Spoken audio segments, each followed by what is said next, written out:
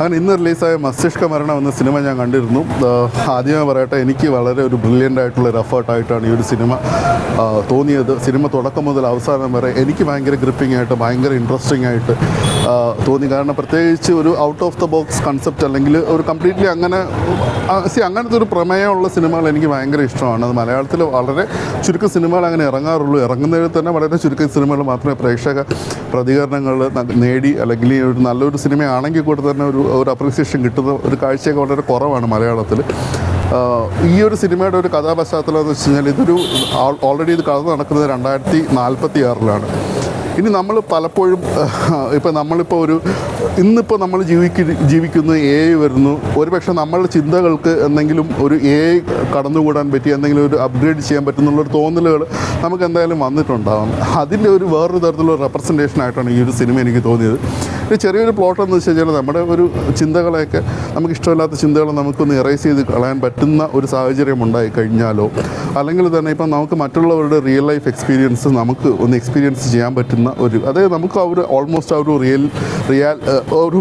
മറ്റൊരാളുടെ ഒരു near death experience, അല്ലെങ്കിൽ മറ്റൊരാളുടെ ഒരു സന്തോഷകരമായ നിമിഷങ്ങൾ, അല്ലെങ്കിൽ എന്ത് തരത്തിലുള്ളത് അത് വിൽക്കപ്പെടുകയും നമുക്കത് ഉപയോഗിക്കാൻ പറ്റുന്ന ഒരു കൊമോഡിറ്റി ആയിട്ട് മാറുന്ന ഒരു സാഹചര്യം ഉണ്ടായിക്കഴിഞ്ഞാൽ അതെങ്ങനെയായിരിക്കാം എന്നുള്ളൊരു പ്ലോട്ടുണ്ട്. അതോടൊപ്പം തന്നെ നമ്മുടെ ഇന്നത്തെ സമൂഹത്തിൽ നടക്കുന്ന പല കാര്യങ്ങളും ഈ ഒരു സിനിമയുടെ തുടക്കം വരെ വന്നു പോകുന്നുണ്ട്.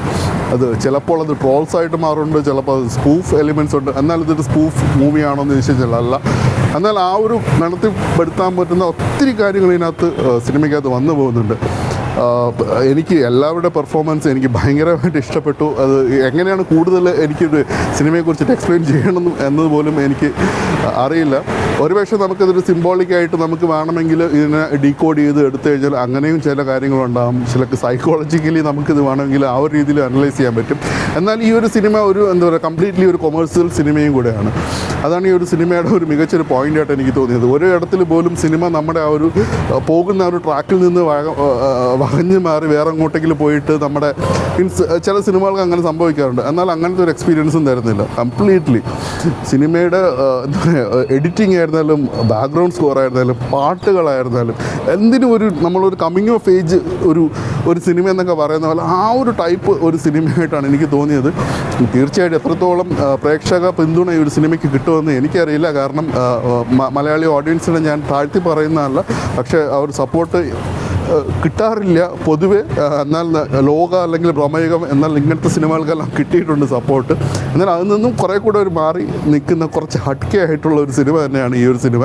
നമ്മൾ ഒരു വിയേർഡായിട്ട് കാണുന്ന നമ്മുടെ പല സ്വപ്നങ്ങളൊക്കെ നമ്മളൊരു സിനിമയാക്കി നമ്മുടെ ഫ്രണ്ടിലേക്ക് വന്നു കഴിഞ്ഞാൽ എങ്ങനെയിരിക്കും, അതേപോലെയൊക്കെയാണ് എനിക്ക് തോന്നിയത്.